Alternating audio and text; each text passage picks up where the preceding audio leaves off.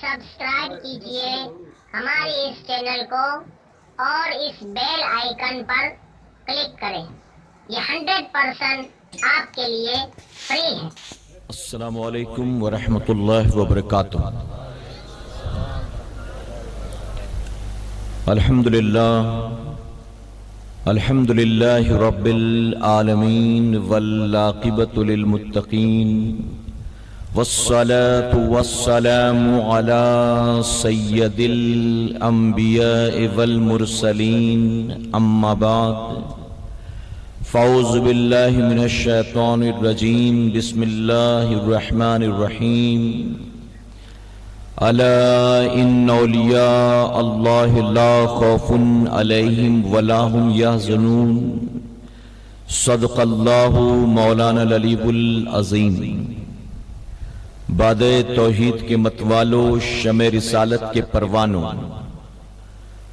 غوث و خواجہ اور رضا کے چاہنے والوں، آئیے سب سے پہلے ہم اور آپ نہایت ہی ادب اور احترام کے ساتھ اپنے اور ساری کائنات کے مرکز عقیدت جناب محمد الرسول اللہ صلی اللہ تعالی علیہ وسلم کی بارگاہ بے کس پناہ میں جس طرح سے میں آپ کو پڑھاؤں، میرے ساتھ مل کر پورا مجمع با آواز بلند ہدیہ غلامی درود و سلام کے انداز میں پیش کریں۔ پڑھیں الصلاۃ والسلام علیک یا رسول اللہ، الصلاۃ والسلام علیک یا حبیب اللہ، الصلاۃ والسلام علیک یا نبی اللہ وعلی آلک واصحابک یا نور اللہ صلی اللہ تعالی علیہ وسلم۔ رب کعبہ کی بارگاہ میں دعا ہے، مولا اپنے حبیب صاحب لولاک صلی اللہ تعالی علیہ وسلم کے صدقہ طفیل ہم تمام حاضرین اور سامعین کو تو ماہ رجب کی برکتوں سے بھرپور مالا مال فرما۔ یا الہ العالمین ہمیں خیر و عافیت کے ساتھ ماہ شعبان و ماہ رمضان المبارک نصیب فرما۔ میرے کریم ہم گناہگاروں سیاہکاروں کو، ہمارے والدین کو اور ہماری قیامت تک آنے والی تمام نسلوں کو اپنے محبوب صلی اللہ تعالی علیہ وسلم کی اہل بیت سے سچی پکی محبت کی توفیق نصیب فرما، اور انہی کی غلامی میں ہمیں زندگی اور موت نصیب فرما۔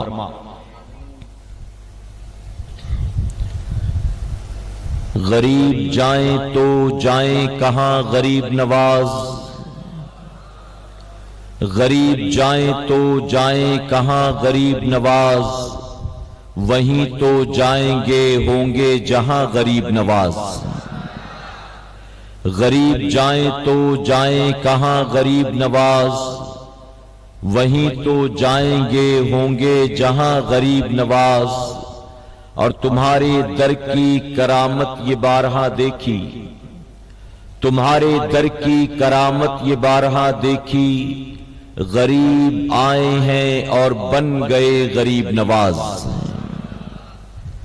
خواجہ ہند وہ دربار ہے اعلیٰ تیرا، خواجہ ہند وہ دربار ہے اعلیٰ تیرا، کبھی محروم نہیں مانگنے والا تیرا۔ اور ہے تیری ذات عجب بحر حقیقت پیارے، ہے تیری ذات عجب بحر حقیقت پیارے، کسی تیراک نے پایا نہ کنارہ تیرا۔ میرے پیارے آقا علیہ الصلوۃ والتسلیم کے پیارے دیوانوں، آج آپ کے اس شہر میں اس مبارک شب میں ہم اور آپ جشن ولادت مولا علی کرم اللہ وجہ الکریم اور جشن خواجہ خواجگاہ خواجہ غریب نواز رضی اللہ تعالیٰ کی محفل میں شامل ہوئے۔ اس وقت منبر رسول پر آپ دیکھ رہے ہیں کہ اہل سنت والجماعت کے بڑے بڑے جید علماء اکرام موجود ہیں۔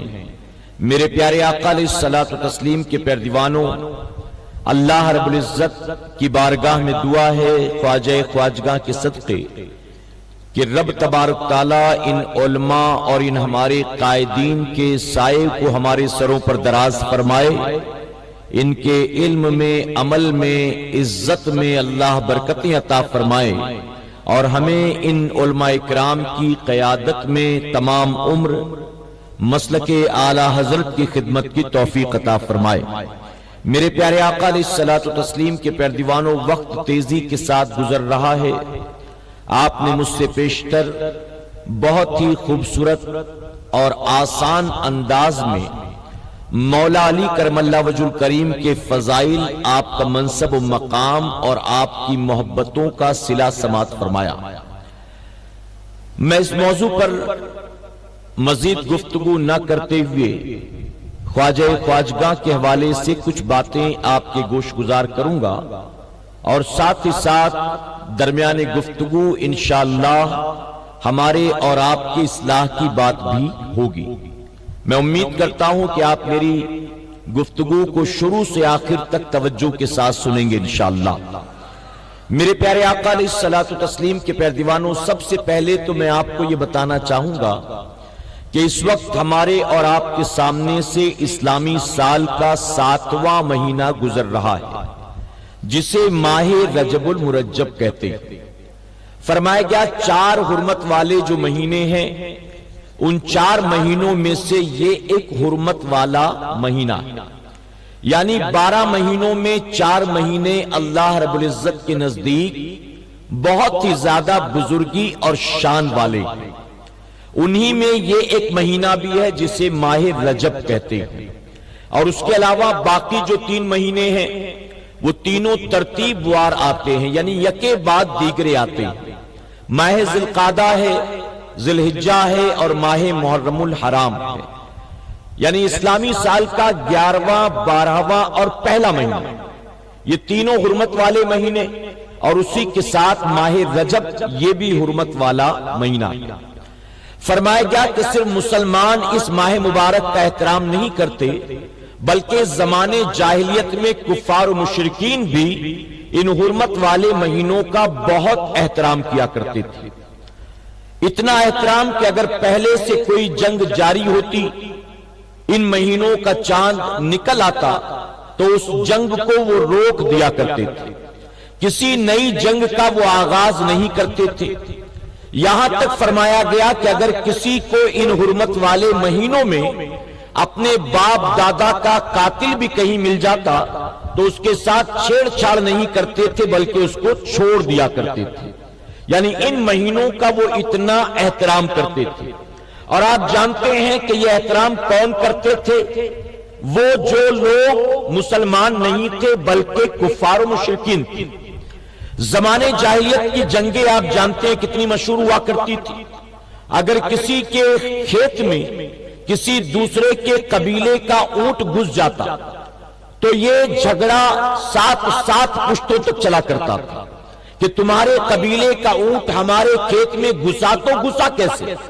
7 پشتوں تک لڑتے تھے۔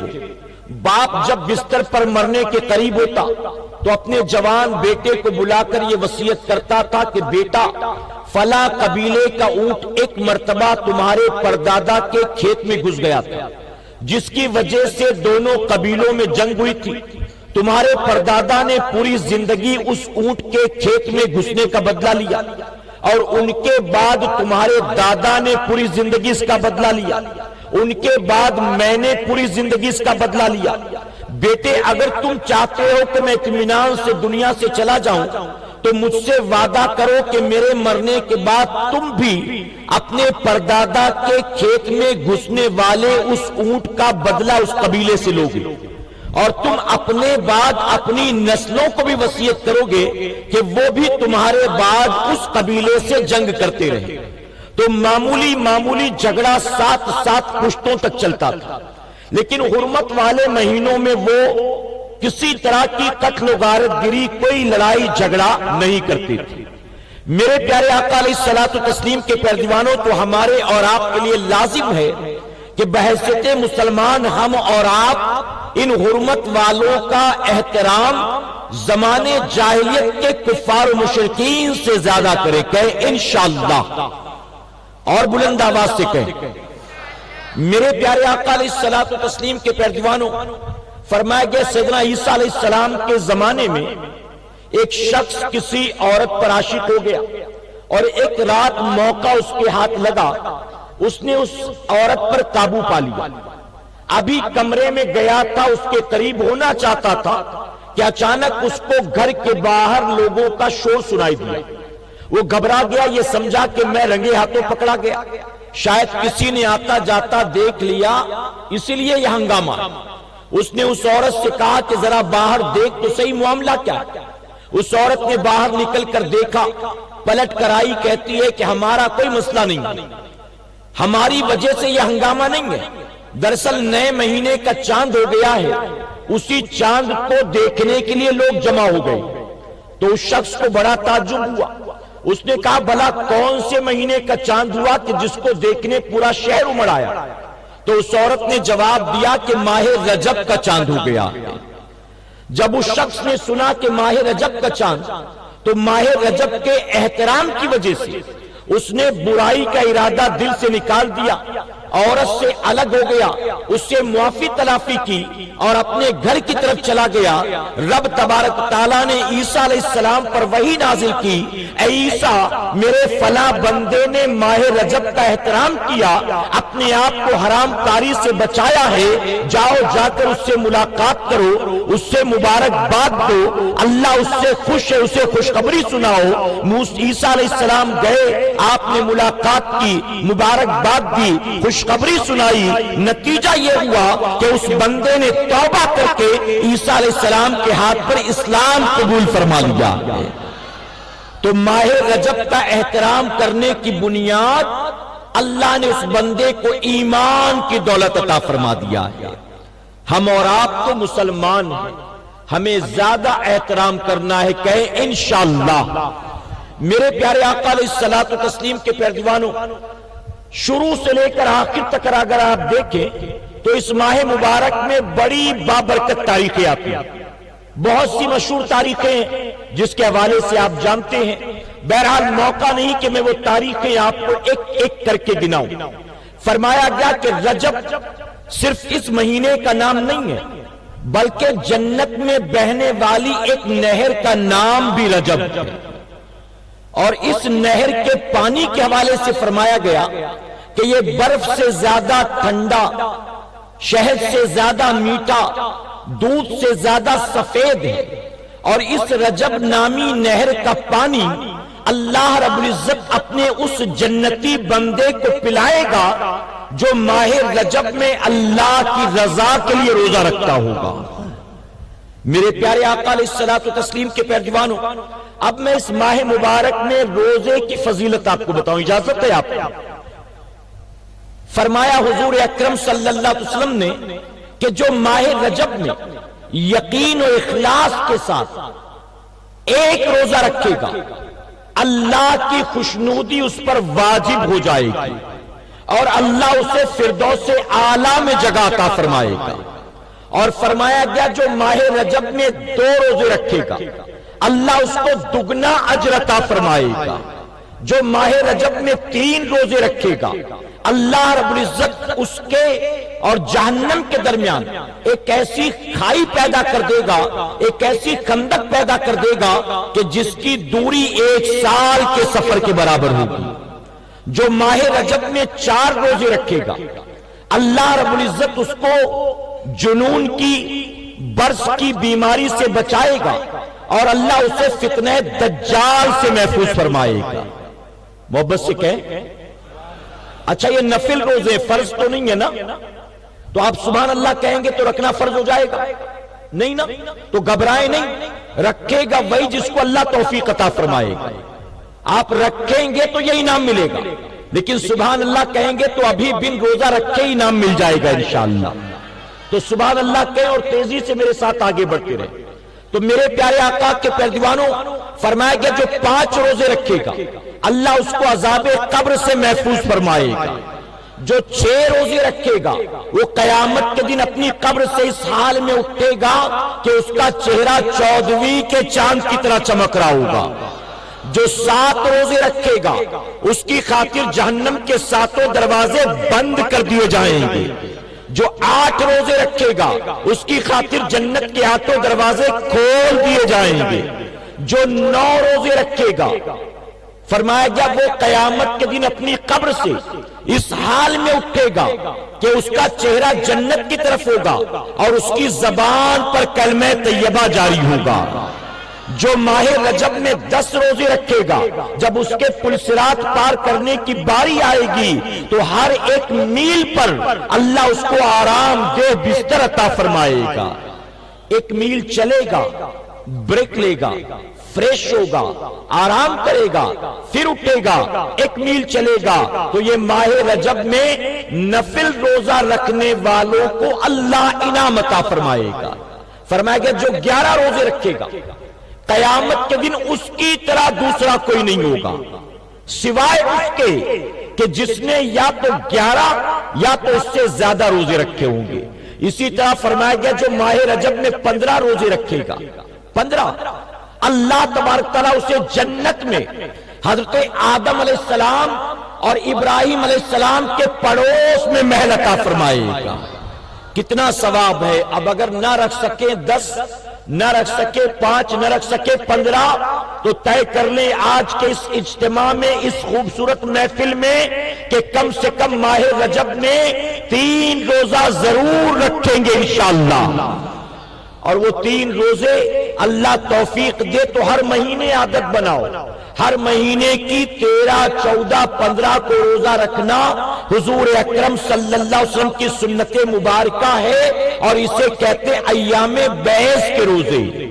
ہر مہینے کی 13، 14، 15 کہیں انشاءاللہ رکھیں گے۔ اور ابھی سے اگر آپ نے شروع کیا، اس مہینے میں 3 رکھو گے، اگلے مہینے میں 5 رکھو گے، اس کے بعد رمضان شریف میں تو پورا رکھنا ہی ہے نا۔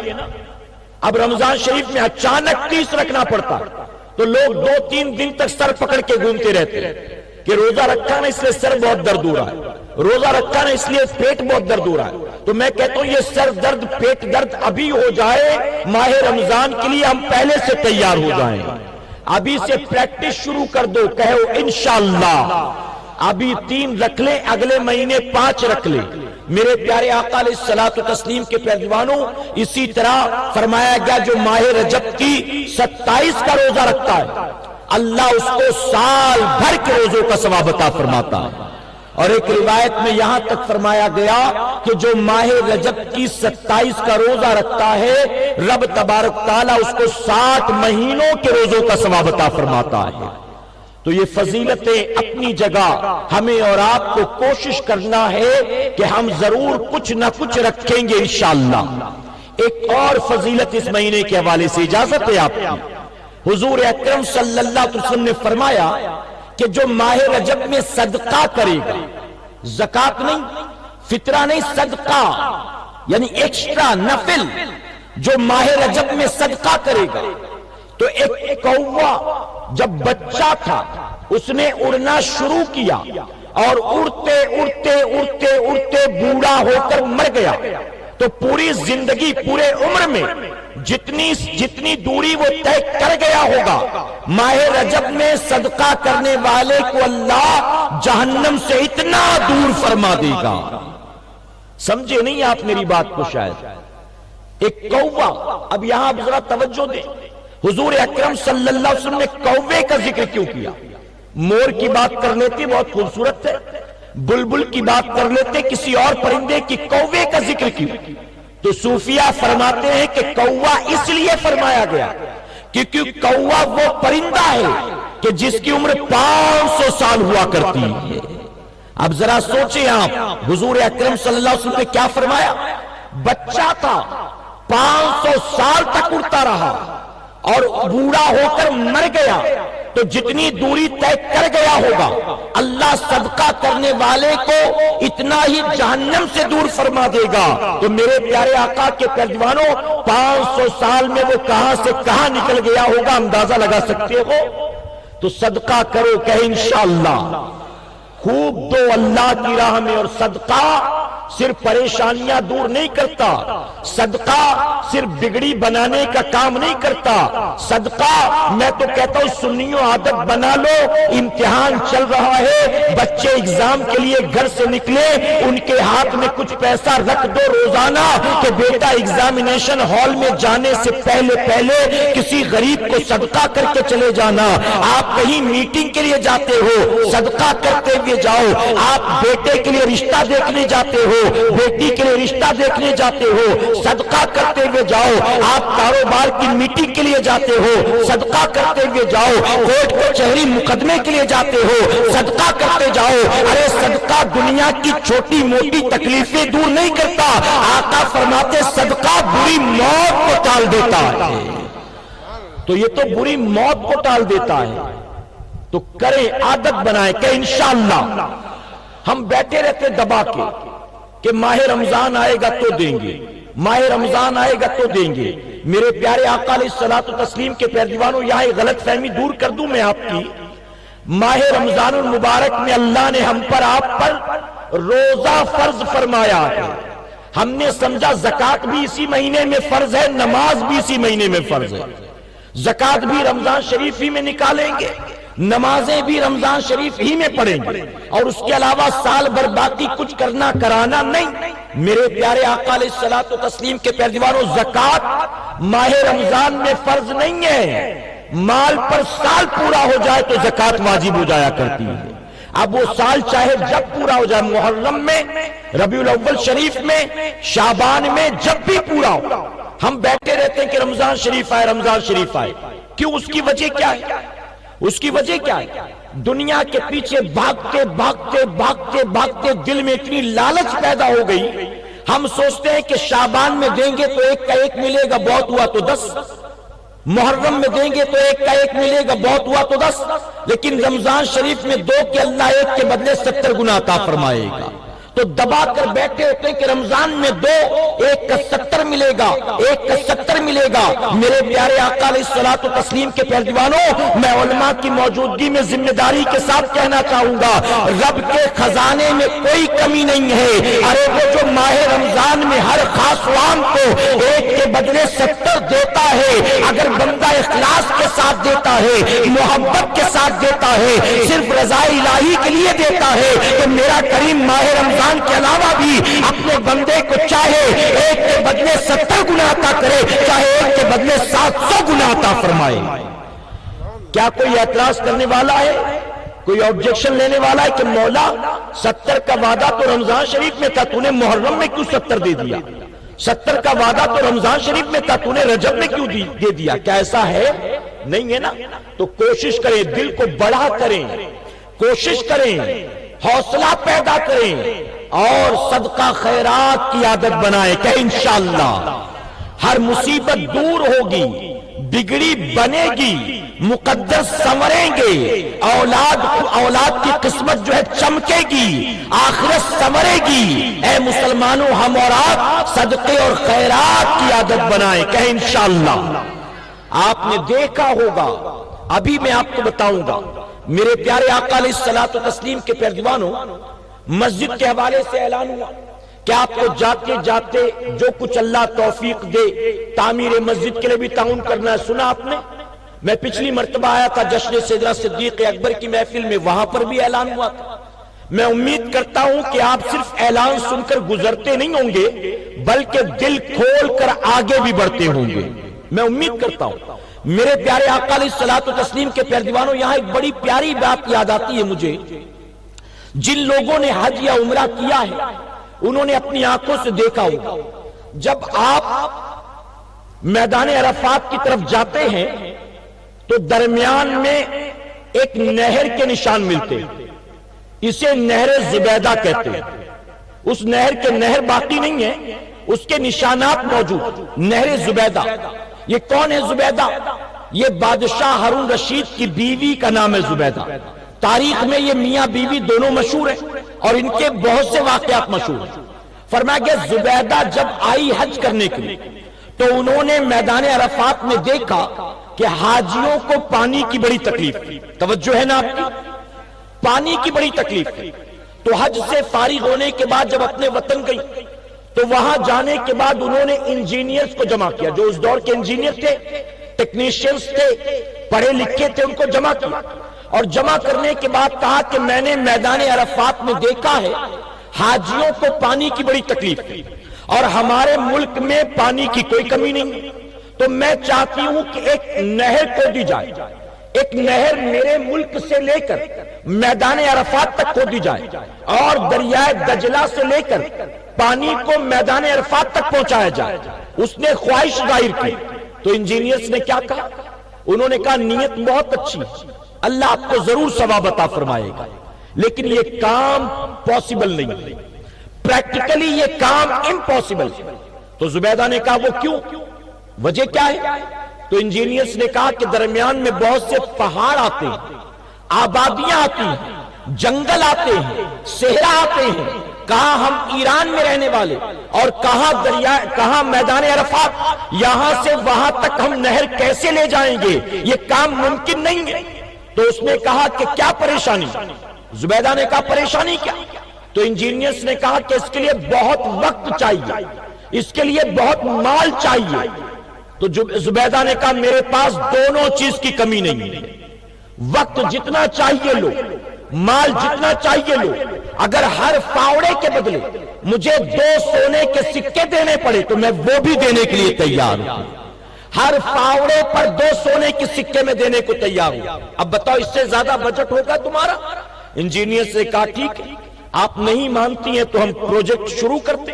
اب ان لوگوں نے سروے کرنا شروع کیا، زمینوں کا جائزہ لینا شروع کیا.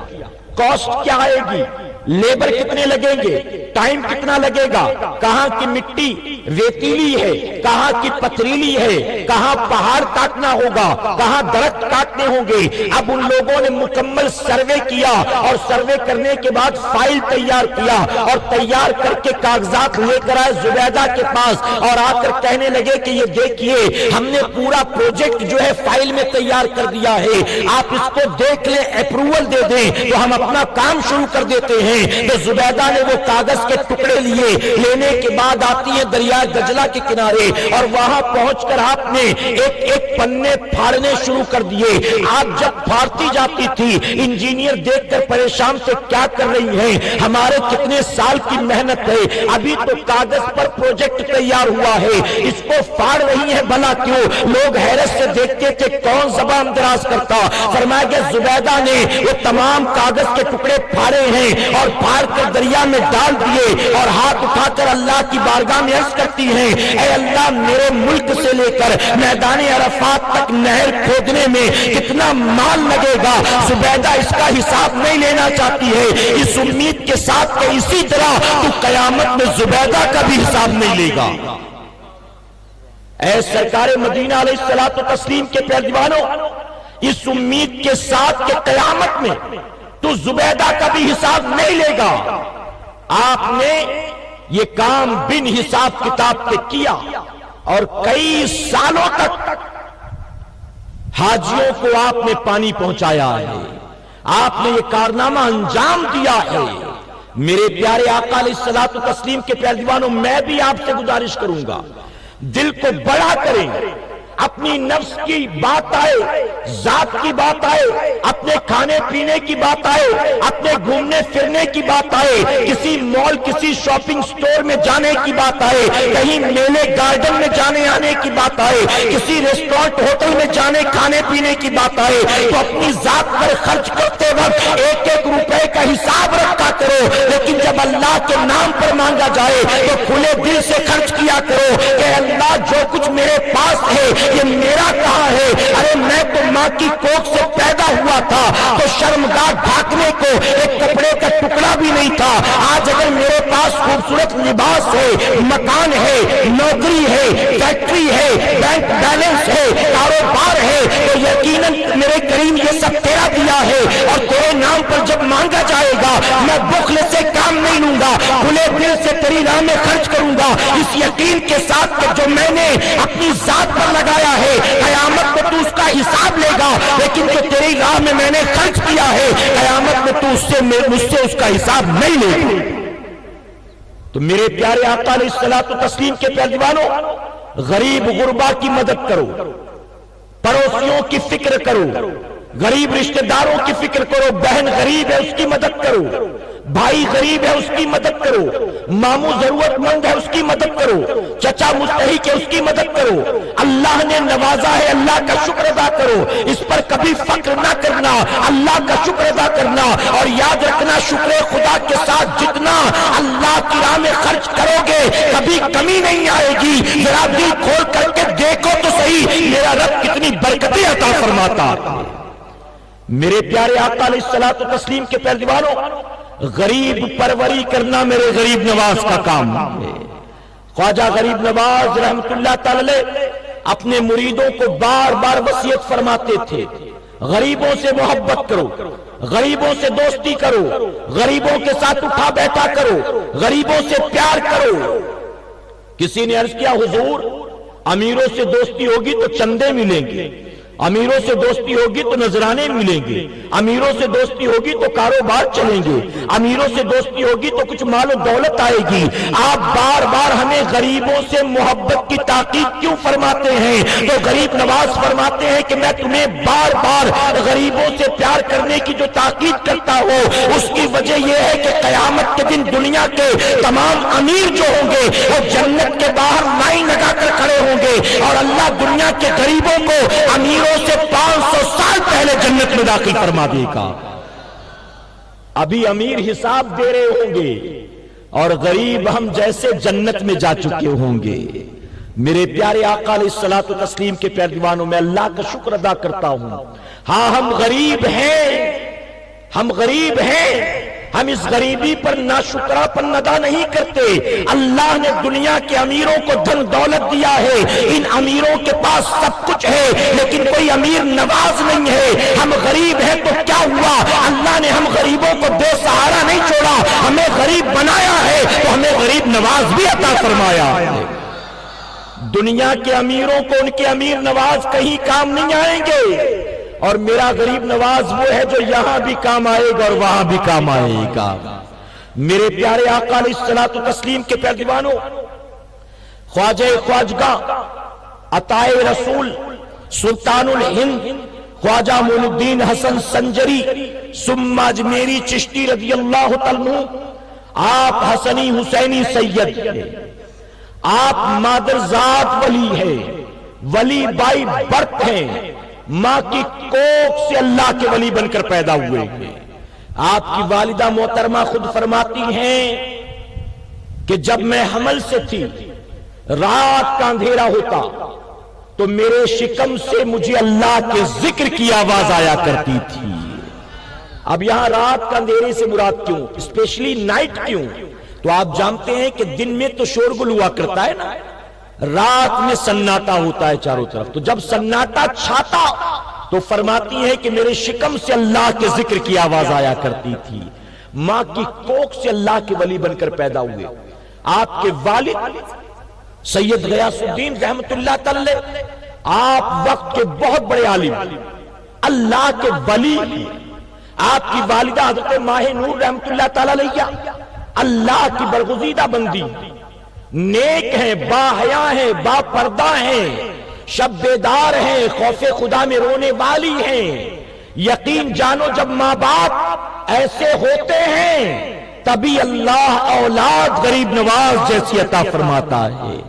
جب ماں سیریل کی شوقین ہو اور باپ IPL کا رسیا ہو تو اولاد نچنیاں ہوا کرتی ہے. اولاد گویہ ہوتی ہے جب باپ 8 گھنٹہ بیٹھ کر ٹی وی کے سامنے کرکٹ کے میچ دیکھتا ہے، ایک وقت کی نماز کی توفیق نہیں ہوتی ہے، اور ماں رات 8 بجے سے لے کر 11 ساڑھے 11 12 بجے تک ایک ٹی وی سیریل کے ایپیسوڈ دیکھتی ہے، تو ان کے شکم سے شرابی جواری پیدا ہوتے ہیں، نچنگے گویے پیدا ہوتے ہیں، اور جب باپ مستجاب الدعوات ہوتا ہے اور ماں شب بیدار ہوتی ہے تو اللہ بیٹا معین الدین اجمیری کی شکل میں عطا فرماتا۔ شروعاتی تعلیم و تربیت آپ کے والد کے زیر نگرانی ہو رہی تھی، آپ کے والد ہی اپنے بیٹے کو پڑھا رہے تھے۔ کیا پڑھا رہے تھے؟ ہمٹی ڈمٹی نہیں پڑھا رہے تھے، ٹوئنکل ٹوئنکل نہیں پڑھا رہے تھے۔ کیا پڑھایا؟ اے مسلمانوں، چونکہ خود قرآن و سنت کے عامل تھے تو اپنے بیٹے کو پروان چڑھایا ہے، تو قرآن و سنت کی روشنی میں پروان چڑھایا ہے، اور ایسی پرورش فرمائی۔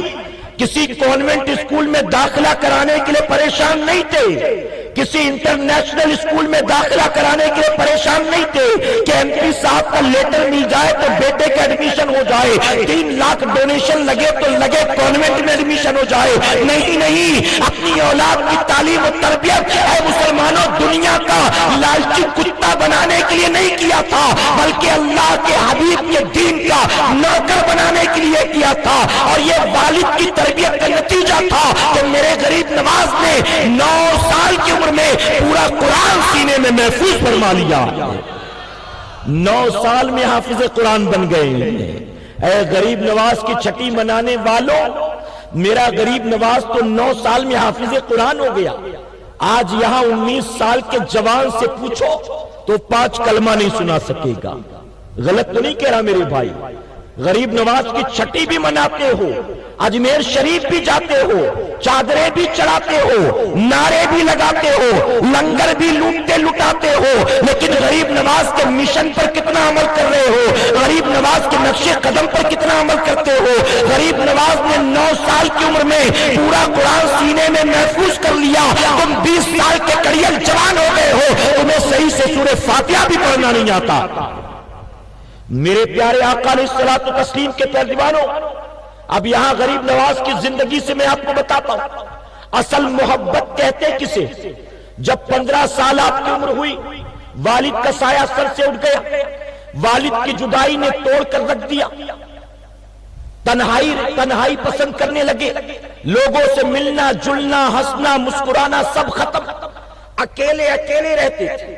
ماں نے اپنے بیٹے کو دیکھا، بلایا اور بلا کر کہا بیٹا میں جانتی ہوں باپ کی جدائی میں غمگین رہتے ہو، باپ کی جدائی میں تنہا رہتے ہو، سنو بیٹا میں جانتی ہوں تمہیں اپنے والد سے کتنی محبت، لیکن والد کی محبت سے مراد یہ نہیں ہے کہ تم زندگی بھر روتے بلکتے رہو، نہیں بیٹا، اگر تم واقعی اپنے والد سے محبت کرتے ہو تو تمہارے باپ کی محبت کا تقاضا اور تمہارے باپ کی محبت کی دلیل یہ ہے کہ تمہارے والد نے جو مشن آگے بڑھایا تھا، اب ان کے بعد اسی مشن کو تمہیں آگے بڑھانا، اسی منزل کی طرف تمہیں آگے بڑھنا، اس مقصد کی طرف تمہیں کوچ کرنا۔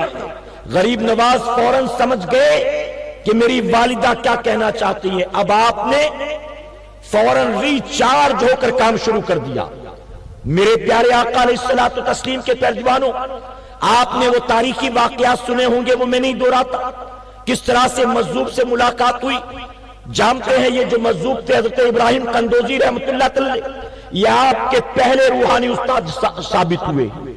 پہلے روحانی استاد کہ مجذوب سے ملاقات ہوئی، زندگی بدل گئی، دل سے دنیا کی محبت جاتی رہی، آپ نکل پڑے حصول علم کے لیے۔ اس وقت جو اسلام کے علم کا مرکز تھا، آپ نے سمرقند کا سفر کیا، بخارا کا سفر کیا، بغداد کا سفر کیا۔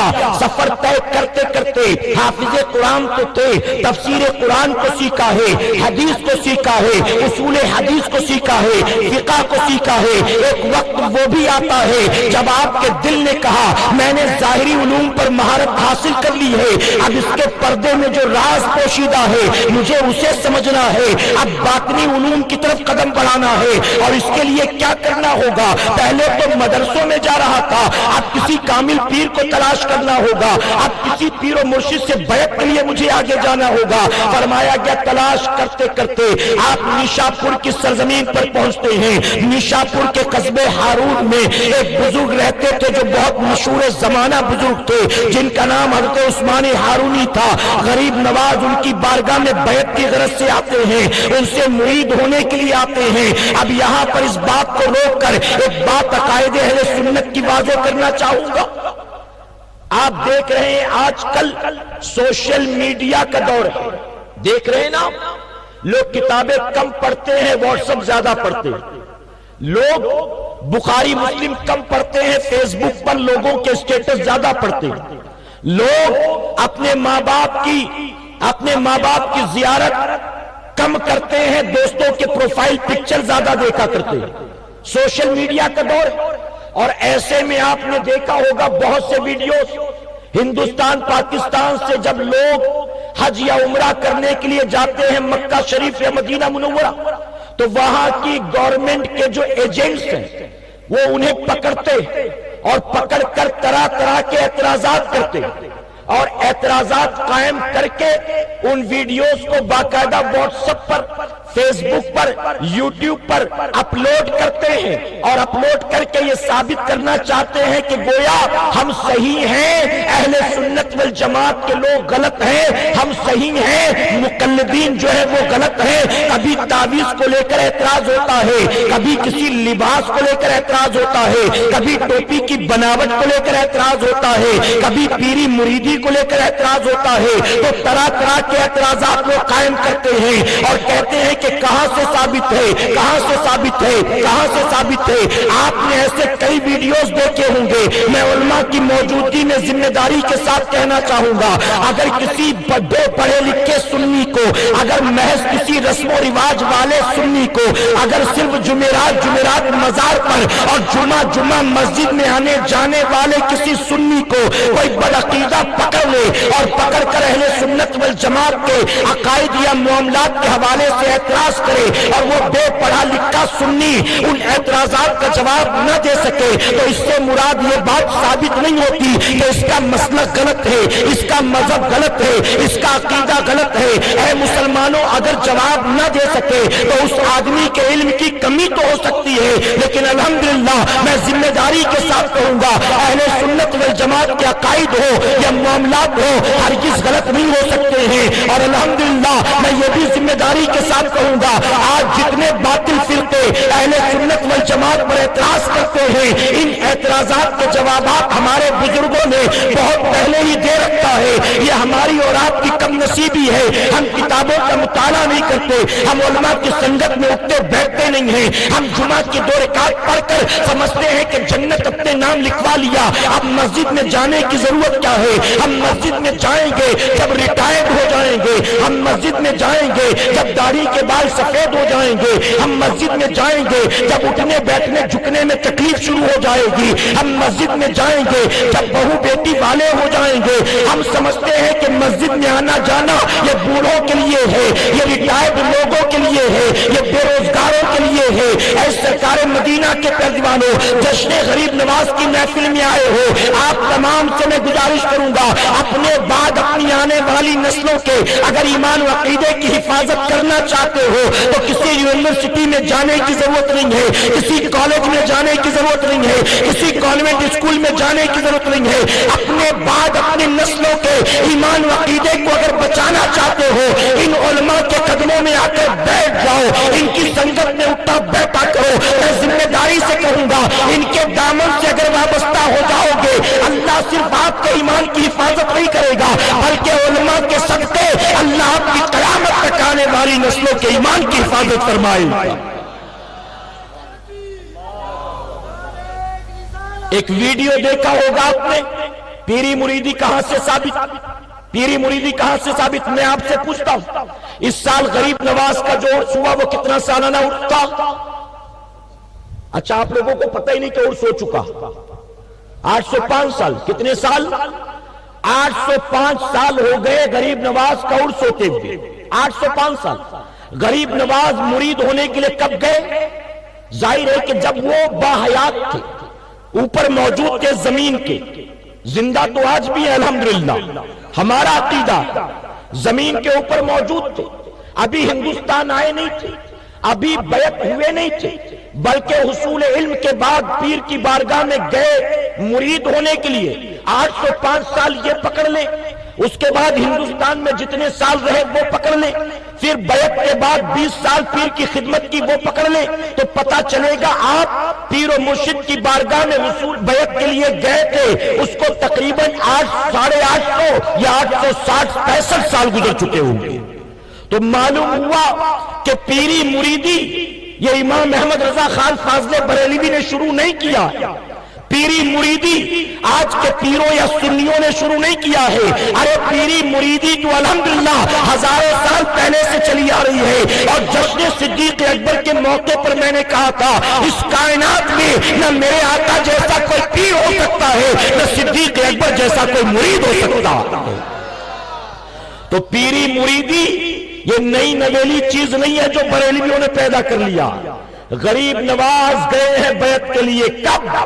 جب دیوبندیت نہیں تھی، وہابیت نہیں تھی، چکرالویت نہیں تھی، مرزائیت نہیں تھی، جب کوئی باطل فرقہ وجود میں نہیں آیا تھا. غریب نواز اس وقت گئے تھے. اے سرکار مدینہ کے پیروانوں، اور ساتھ ہی میں یہ بات بھی کلیئر کرتا چلوں، آج لوگ کہتے ہیں عرس منانا کہاں سے ثابت ہے، مزار پہ جانا کہاں سے ثابت ہے، چادر چڑھانا کہاں سے ثابت ہے. یہ جتنے بھی اعتراض کرنے والے ہیں ان سب کی تاریخ اٹھا کر دیکھ لو. کوئی فرقہ 50 سال پہلے پیدا ہوا ہوگا، کوئی فرقہ 100 سال پہلے پیدا ہوا ہوگا، کوئی فرقہ 150-200 سال پہلے پیدا ہوا ہوگا. اکثر باطل فرقے جو ہیں 1857 کے بعد انگریزوں کے ٹکڑے کھا کھا کر پیدا ہوئے ہیں.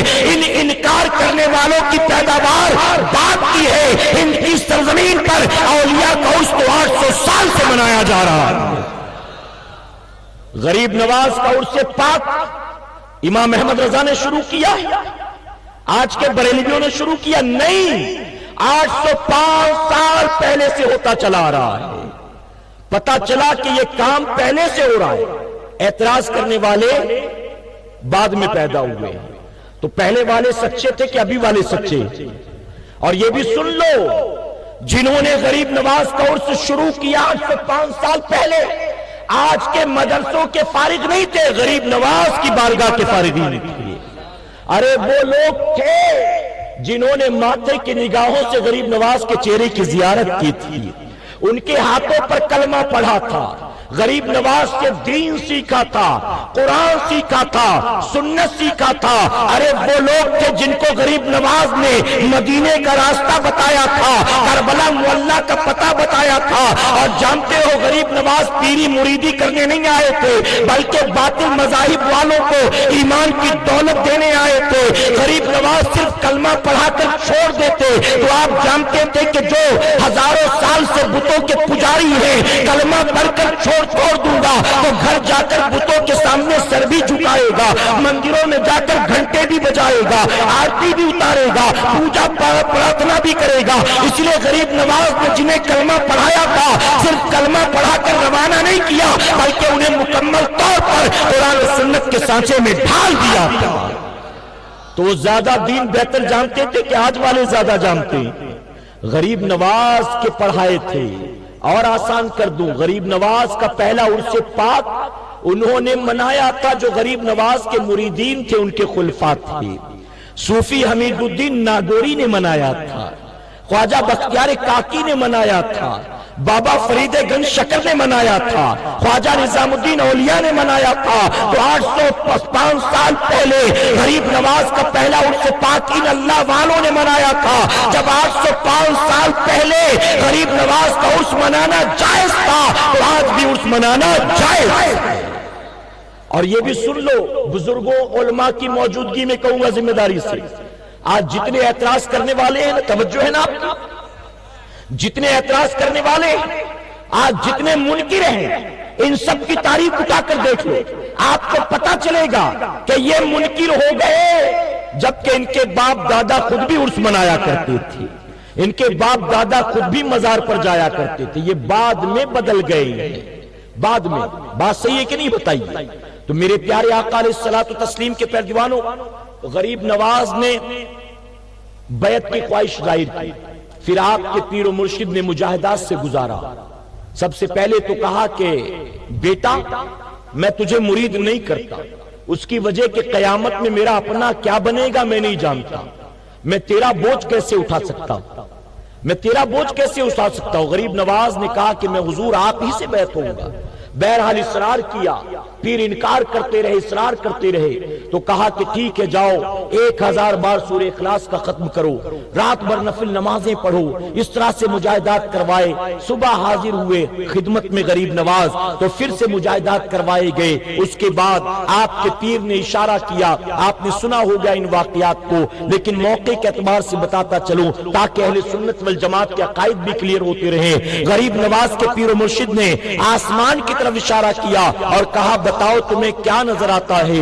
عرض کرتے حضور مجھے عرش اعظم نظر آ رہا ہے۔ یہ نہیں کہا بادل نظر آ رہا ہے، چاند نظر آ رہا ہے، سورج نظر آ رہا ہے، عرش اعظم، سارے پردے ہٹ گئے، عرش اعظم نظر آتا ہے۔ پھر زمین کی طرف اشارہ کیا بتاؤ کیا نظر آتا ہے؟ یہ نہیں کہا پتھر ہے، کنکر ہے، ریت ہے، نہیں بلکہ کہا مجھے تحت الثری نظر آتا ہے، زمین کا سب سے نچلا حصہ۔ پھر حضرت عثمان ہارونی نے اپنی 2 انگلیوں کا اشارہ کیا، اٹھایا، انگلیوں کو سامنے رکھا اور کہا بتاؤ میری 2 انگلیوں میں کیا نظر آتا ہے؟ آپ پکار اٹھے مجھے آپ کی 2 انگلیوں میں 18,000 عالم نظر آ رہے ہیں۔ سمجھے نہیں آپ میری بات کو؟ لگتا ہے یہ خاموشی سے سننے والی بات نہیں تھی، محبت سے کہیں سبحان اللہ۔ 18,000 عالم نظر آتے ہیں۔ کون کہتا ہے؟ وہ کہہ رہا ہے جو نبی نہیں ہے، صحابی نہیں ہے، تابعی نہیں ہے، تبع تابعی نہیں ہے۔ ارے نبی کی 13ویں پشت میں سے ہے، نبی کا بیٹا ہے، نبی کا نواسا ہے۔ ارے جب نبی کے گھر کے ایک بچے کی نگاہوں کا یہ عالم ہے تو ان کے نانا کی نگاہوں کا کیا عالم ہوگا؟ تبھی تو ہم کہتے واللہ وہ سن لیں گے، فریاد کو پہنچیں گے، وہ اور ہوں گے جنہیں پیٹ پیچھے کی خبر نہیں ہوگی، واللہ وہ سن لیں گے، فریاد کو پہنچیں گے۔ بس اتنا تو ہو کوئی جو یاد کرے دل سے پکارو تو صحیح۔ آج پریشان ہو فلاں سی ایم بن گیا، فلاں پی ایم بن گیا، فلاں چن کر پتہ نہیں کیسے آ گیا، اب پتہ نہیں کیا ہوگا، اب پتہ نہیں کیا ہوگا۔ اے سرکار مدینہ علیہ الصلوۃ والتسلیم کے پیروانوں، میں کہتا ہوں کہ دنیا کی چھوٹی موٹی مصیبتوں کو دیکھ کر گھبرانے کی کوئی ضرورت نہیں ہے۔ ہندوستان کی سرزمین پر سی ایم کوئی بنے، پی ایم کوئی بنے، پریزیڈنٹ کوئی بنے، M P M L A کوئی بنے، ارے یہ سارے تو آنے جانے ہیں، یہ تو چنے ہوئے ہیں، ان کا معاملہ الیکشن والا ہے۔ اصل میں تو غریب نواز کل بھی ان کے راجا تھے، آج بھی ہے، قیامت تک رہیں گے۔ یہ 5 سال والے الیکٹڈ ہیں اور غریب نواز تو سلیکٹڈ ہیں۔ ان کو تو ہم چن کر بٹھاتے ہیں، ان کو تو مدینے والے نے چنا ہے۔ ان کا تو آنا جانا ہے، ان کا تو سکہ ہمیشہ چلنا ہے۔ بس دل سے محبت کرو، محبت زبانی نہ ہو، عمل بھی نظر آنا چاہیے۔ جانتے ہو میرے غریب نواز مجھے جو وقت گیا تھا ختم ہو گیا، 5 منٹ اگر کہیں تو سمیٹ دوں 5 منٹ میں، اجازت ہے آپ کی طرف سے؟ کچھ لوگ نہیں کہہ رہے ہیں، سننا چاہتے تو کہیں سبحان اللہ۔ میرے پیارے آقا علیہ الصلوۃ والتسلیم کے پیروانوں، غریب نواز نے بیعت کی، آپ کے پیر و مرشد نے خلافت بھی دی اور کہا بیٹا جاؤ میرا کام ہو گیا۔ غریب نواز کہتے حضور آپ کا کام ہو گیا، میرا کام نہیں ہوا، مجھے تو قدموں میں رہ کر فیض اٹھانا۔ اور پھر فیض کتنے سال اٹھایا جانتے ہو؟ تقریباً 20 یا 22 سال تک اپنے پیر کی خدمت کی، اور خدمت بھی کیسی؟ کبھی مل گئے تو مصافحہ کر لیا، نہیں، کبھی مل گئے تو کہا دکان پر آ جائیے آپ کے قدموں کی برکت، نہیں، ایسی محبت نہیں بلکہ پیر کی خدمت میں نوکر کی طرح 20 سال تک لگے رہے. اپنے پیر و مرشد کی جوتیاں اپنے بغل میں لیے لیے چلتے تھے, اپنے پیر کا بستر اپنے سر پر لیے لیے چلتے تھے. پیر جب پانی مانگتے وضو کے لیے, کبھی پیر کو ٹھنڈا پانی وضو کے لیے نہیں دیا بلکہ سر کے اوپر جلتی ہوئی انگیٹھی لے کر چلتے تھے, جلتی ہوئی سگڑی لے کر چلتے تھے. بستر تھا, اس پر جلتی انگیٹھی تھی. پیر نے کہا کبھی ٹھنڈا پانی بھی دے دیا کر. کہتے میری غیرت گوارا نہیں کرتی ہے. 20 سال پیر کی خدمت کی. ارے آگے بڑھنا تو درکنار, کبھی برابری میں ساتھ نہیں چلے, ہمیشہ پیچھے پیچھے چلتے رہے. یہاں تک کہ 20 سال ہو گئے. پیر لے گئے حج کے موقع پر, جب حج سے فارغ ہوئے طواف کعبہ کیا, اور طواف کعبہ کے بعد اپنے مرید کا ہاتھ اٹھایا پکڑ کر اور رب کی بارگاہ میں عرض کیا مولا میں تیری بارگاہ میں اپنے معین الدین کے لیے 3 چیزیں مانگنے آیا ہوں. 3 چیزیں. رب نے فرمایا جو مانگو گے تمہیں دیا جائے گا. کیا مانگا؟ کہا مولا میں اپنے معین الدین سے راضی ہوں, تو بھی قبول فرما لی. خانہ کعبہ کے کونے سے آواز آئی, ہم نے قبول کر لیا. کہا مولا میں چاہتا ہوں کہ میرے معین الدین کو دنیا مجھ سے زیادہ جانے, مجھ سے زیادہ پہچانے, اس کا پوری دنیا میں نام ہو. رب نے فرمایا ہم نے قبول کر لیا. عرض کرتے مولا میں چاہتا ہوں کہ میرے معین الدین کے چہرے کو تو اپنا نور عطا کر دے, اس کے دل کو اپنے حبیب کی محبت کا سرور عطا کر دے. رب نے فرمایا ہم نے یہ بھی قبول کر لیا. اور جانتے ہو رب نے عثمان ہارونی کی دعاؤں کی برکت سے معین الدین کے چہرے کو حق کا وہ نور دے دیا, حق کا وہ نور دے دیا کہ جوگی جہپال آتا ہے پرتھوی راج چوہان کا ایجنٹ بن کر, لیکن چہرے کے نور کو دیکھ کر آپ کے نوکروں میں شامل ہو جاتا.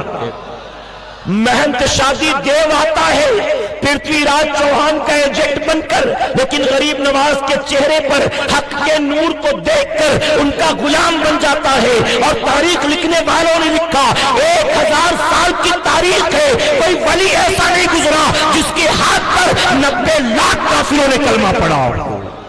1000 سال کی تاریخ میں جو آتا تھا قتل کرنے, مارنے, بھگانے, حق کے جلوے دیکھتا تو نوکر بن جایا کرتا تھا. وہ غریب نواز اس کے بعد پہنچے مدینہ شریف. مدینہ شریف کہا معین الدین نانا کی بارگاہ میں درود شریف پیش کرو. عثمان ہارونی سید نہیں تھے, غریب نواز سید ہے, سید ہے, لیکن اس کے باوجود مرید سید, پیر غیر سید, لیکن پھر بھی اپنے پیر کی خدمت کر رہے ہیں. کہا نانا پر درود شریف بھیجو. درود شریف بھیجا. جو حد تھی اس حد تک کھڑے ہو گئے. اللہ کے محبوب صلی اللہ علیہ وسلم نے فرمایا کہ معین الدین رکو مت, ہمارے قریب آ جاؤ, آگے آ جاؤ, آگے بڑھے. اس کے بعد عرض کیا السلام علیکم یا سید المرسلین. تاریخ لکھنے والوں نے لکھا آقا کے روضے انور سے جواب آیا وعلیکم السلام یا سلطان الہند, وعلیکم السلام یا سلطان الہند. سمجھ گئے پیر و مرشد کہ میرے مرید معین الدین کو ہند کی بادشاہت عطا کر دی گئی ہے. پھر ہندوستان کی سرزمین پر آئے, پھر جو کچھ بھی ہوا آپ نے دیکھا. میرے پیارے آقا کے پیروانوں, یہ تو غریب نواز کی تاریخ تھی. میں پرتھوی راج چوہان کی تاریخ بھی بتانے والا تھا کہ یہاں کیا پلان چل رہا تھا, یہاں کیا منصوبے چل رہے تھے. بس وہ پیڑ کے نیچے بیٹھنے والا واقعہ نہیں, اس سے پہلے کی سازشیں. پرتھوی راج چوہان کی ماں جو تھی وہ نجومی تھی, جوتشی تھی, اور اس نے بتا دیا تھا پہلے ہی کہ عنقریب ایک فقیر آئے گا ہند میں اور وہ تیرے تخت و تاج کو پلٹ کر رکھ دے گا. بہرحال وہ ساری تاریخ بتانے کا وقت نہیں, میں اپنی گفتگو کو بس آخری بات پر ختم کرتا ہوں, اس امید کے ساتھ کہ صرف ہم اور آپ نعرے لگانے والوں میں نہیں ہوں گے, ہم عمل کے میدان میں آگے بڑھیں گے انشاءاللہ. بابا فرید گنج شکر رحمت اللہ علیہ فرماتے ہیں کہ خواجہ خواجگاں کا حال یہ تھا کہ 70 سال تک آپ نے دن میں ایک قرآن, رات میں قرآن ختم فرمایا ہے. اور محبت سے کہیں 70 سال تک دن میں قرآن, رات میں قرآن. اور بابا فرید گنج شکر خود فرماتے ہیں جب قرآن ختم ہو جاتا تھا تو غیب سے آواز آتی تھی ہم نے تیرا ختم قرآن قبول کر لیا ہے. اللہ اکبر. فرماتے 70 سال تک غریب نواز نے مسلسل روزہ رکھا ہے. افطار کے وقت چند روٹی کے سوکھے ٹکڑے، وہ بھی تقریباً 5 مسکال روٹی کے سوکھے ٹکڑے لے کر بیٹھتے تھے افطار کے وقت، پانی میں ڈبا کر اس سے افطار کرتے تھے۔ اے سنیوں، آج ہم جاتے ہیں غریب نواز کی بارگاہ میں عرس منانے کے لیے، ہم اجمیر جا کر بھی مرغ مسلم لوٹتے ہیں، ہم وہاں پر بھی جا کر ڈھونڈتے ہیں اچھا کھانا کہاں ملے گا، اچھی ڈشز کہاں پر ملے گی۔ میں کہتا ہوں ان اللہ والوں کو تو یاد کرو، ارے کربلا والوں کا صدقہ کھانے والوں، تم شربت پیتے ہو، کھچڑا کھاتے ہو، لنگر لوٹتے ہو، تم بریانی مرغ مسلم کھاتے پیتے ہو، لیکن تم کربلا والوں کو بھول جاتے ہو۔ میں کہتا ہوں حسین کے نام پر شربت پینے والوں، جب تمہیں محرم کی 10 تاریخ کو شربت پینے کو ملے تو صرف شربت کو نہ دیکھا کرو، ننھے علی اصغر کی پیاس کو بھی دیکھ لیا کرو، ننھی سکینہ کے سوکھے گلے کو بھی دیکھ لیا کرو، عباس علمبردار کے کٹے بازوؤں کو بھی یاد کر لیا کرو، میرے امام کے کلیجے کو بھی دیکھا کرو، امام مسلم کے بچوں کو بھی یاد کیا کرو۔ ہم ان کے صدقے میں اللہ کی نعمتیں کھاتے پیتے ہیں، لیکن ہم نے ان کی تاریخ کو فراموش کر دیا، ہم نے ان کے مشن کو فراموش کر دیا، ہم نے ان کے مقصد کو فراموش کر دیا۔ اللہ والوں سے محبت صرف کھانے پینے کی حد تک نہ ہو، اللہ والوں سے محبت صرف زبان و پیٹ کی حد تک نہ ہو۔ اگر واقعی پیار ہے ان اللہ کے محبوبین سے، ہمیں اور آپ کو کمر کس کر عمل کے میدان میں اترنا ہے۔ میں بار بار کہتا ہوں سنیوں، ہمارا عقیدہ 100% پرفیکٹ ہے، ہمارے عقیدے میں کوئی کھوٹ نہیں، ہمارے عقیدے میں کوئی لپ ہول نہیں، ہمارے عقیدے میں کوئی مائنس پوائنٹ نہیں، عقیدہ 100% ہمارا پرفیکٹ ہے، لیکن عمل میں ہم ہی اور آپ زیرو ہیں۔ جلسے سنیں گے رات کے 2 بجے تک اور فجر کی نماز میں ہماری آنکھ نہیں کھلتی ہے، نعرے لگائیں گے رات کے 4 بجے تک اور ظہر کی نماز دکان پر بیٹھے بیٹھے چلی جاتی ہے، عصر کی فکر نہیں، مغرب کی فکر نہیں، عشاء کی فکر نہیں۔ یہی ہے غریب نواز کی محبت۔ میرے غریب نواز نے 40 سال تک عشاء کے وضو سے فجر کی نماز کو ادا فرمایا ہے۔ اے غلامان غریب نواز، اے محبت غریب نواز کا دعویٰ کرنے والوں، میرے غریب نواز نے 40 سال تک عشاء کے وضو سے فجر کی نماز پڑھا، کم سے کم تم عشاء کے وضو سے عشاء اور فجر کے وضو سے فجر تو پڑھ لیا کرو۔ کوشش کریں گے انشاءاللہ۔ غریب نواز فرماتے ہیں اور حضرت سلطان باہو فرماتے ہیں، بس اسی پر گفتگو مکمل ہوگی، توجہ ہے نا آپ کی۔ غریب نواز فرماتے اور بابا سلطان باہو لکھتے ہیں کہ گھوڑا دن میں 70 بار اللہ کا شکر ادا کرتا ہے کہ اللہ تیرا بڑا کرم احسان کہ میں گھوڑا ہوں، اچھا ہوا میں گدھا بن کر پیدا نہیں ہوا۔ آگے فرماتے گدھا دن میں 70 بار شکر ادا کرتا ہے کہ مولا میں گدھا ہوں، پھر بھی تیرا کرم احسان، لوگ میرا مذاق اڑاتے، دھتکارتے، مارتے، پھر بھی تیرا احسان ہے میں کتا بن کر پیدا نہیں ہوا۔ فرماتے کتا دن میں 70 بار یوں عرض کرتا ہے میں کتا ہوں، کوڑے کرکٹ کے ڈھیر پہ پڑا رہتا ہوں، بچے مارتے دھتکارتے ہیں، پھر بھی تیرا کرم و احسان میں کتا ہوں، خنزیر بن کر اچھا ہوا میں پیدا نہیں ہوا۔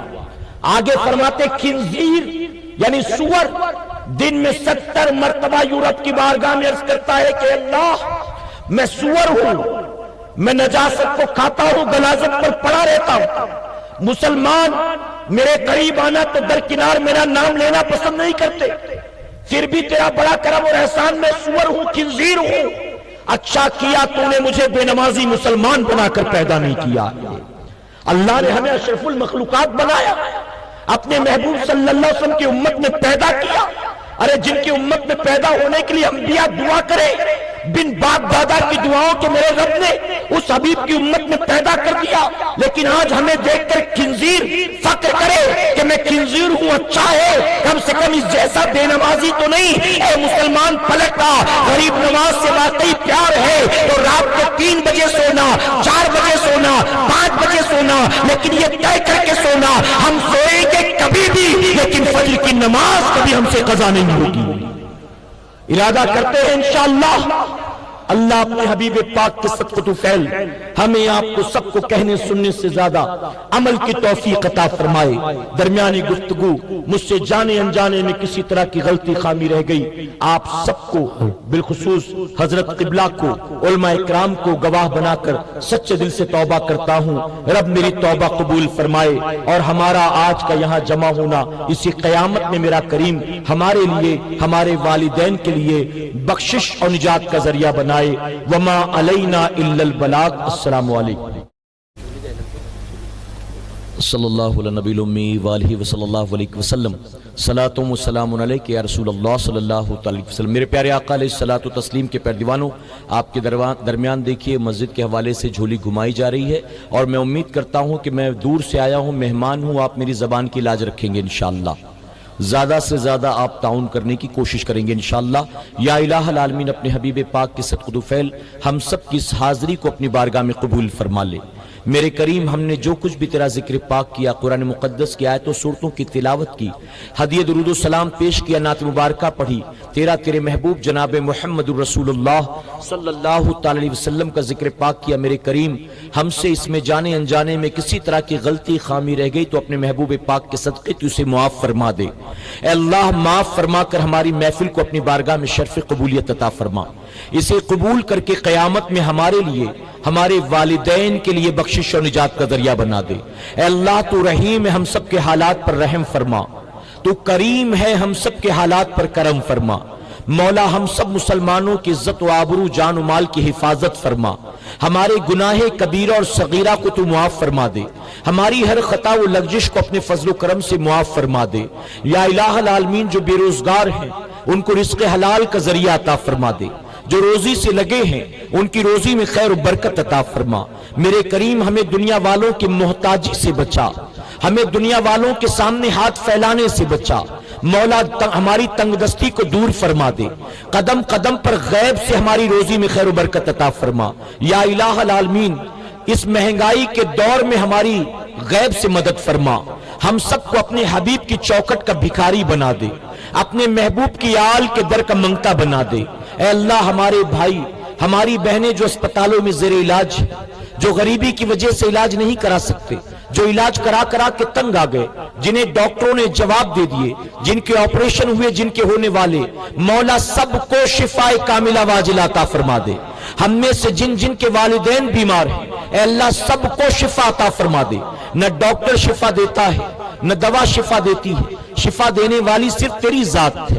اے اللہ، غوث اعظم کی وہ ٹھوکر جس سے وہ مردے جلاتے تھے، اسی ٹھوکر کے وسیلے سے تمام بیمار مسلمانوں کو شفا عطا فرما، ہمارے مرحومین کی بخشش اور مغفرت فرما دے۔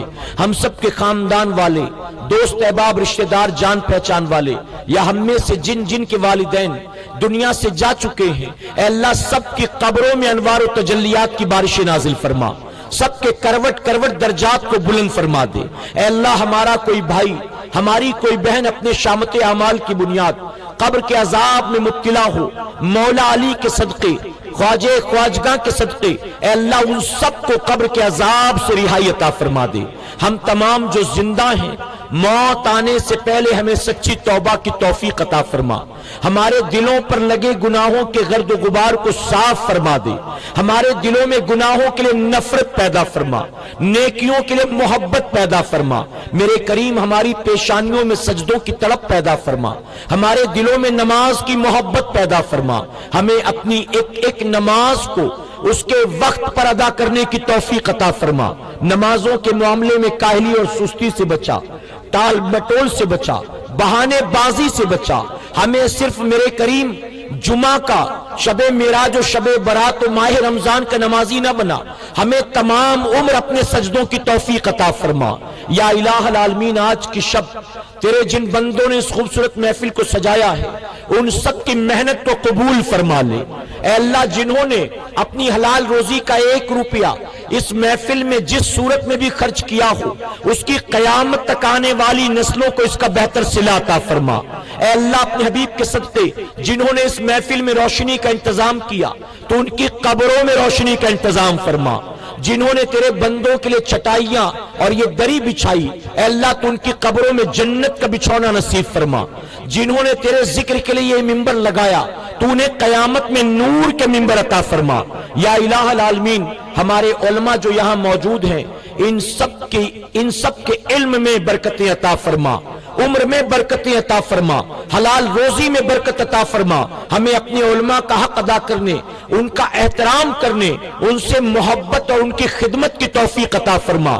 یا الہ العالمین، ہماری قیامت تک آنے والی نسلوں کی گردن میں غوث اعظم اور غریب نواز کی غلامی کا پٹا ڈال دے۔